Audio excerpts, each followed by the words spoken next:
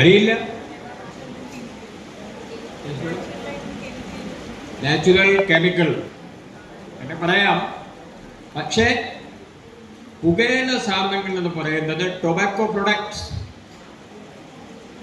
തമ്പാക്കു അല്ലേ, pan Parag, pan masala, zarda, കുട്ക, കൈനി,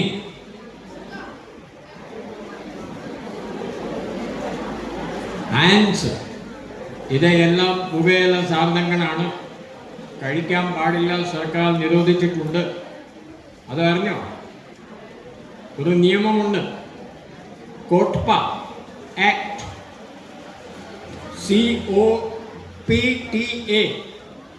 cigarette and other tobacco products act.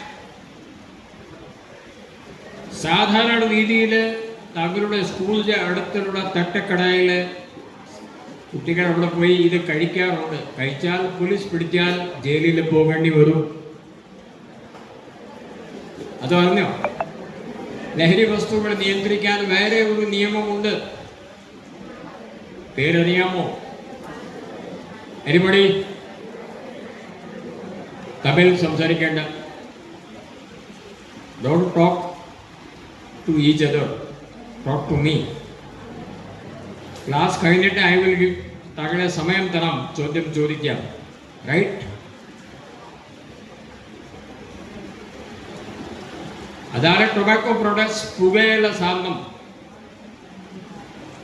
രണ്ടാമത്തെ ആണ് ലഹരി മരുന്ന്, കഞ്ചാവ്, ഹീറോയിൻ, ഓപ്പിയം. ഇതൊക്കെ MDMA ഇപ്പോൾ നമ്മൾ പത്രത്തിൽ കാണുന്നത്. അവിടെയാണ് രണ്ട് തരത്തിലുള്ള മരുന്നുകൾ. ഒന്ന് പ്ലാന്റ് ബേസ്ഡ്, അതായത് അതിൻ്റെ ഒരു കൃഷി നടക്കുന്നു, കഞ്ചാവിൻ്റെ കൃഷിയാണ് നടക്കുന്നത്. ക്ലിയർ? പക്ഷേ ചില ഗുളികൾ, പുതിയ ഗുളികൾ, സിന്തറ്റിക് MDMA വേണമെങ്കിൽ വീട്ടിൽ ഉണ്ടാക്കാം. അതിന് ഒരു മെഷീൻ വന്നിട്ടുണ്ട്. നമ്മൾ അങ്ങും പോണമെന്നില്ല. ക്ലിയർ ആയോ? രണ്ടാമത്തെ കാര്യം, അതാണ് ഇതിൻ്റെ പരിഭാഷ. കുട്ടികൾ ലഹരി വസ്തുവേക്കാൾ കൂടുതൽ പേടിക്കേണ്ടത്, നോ പറയേണ്ടത് പുകയില സാധനങ്ങളോടാണ്. കാരണം കേരളത്തിൽ സ്കൂളുകൾക്ക് അടുത്ത് മിക്കവാറും തട്ടക്കടകളിൽ, പെട്ടിക്കടകളിൽ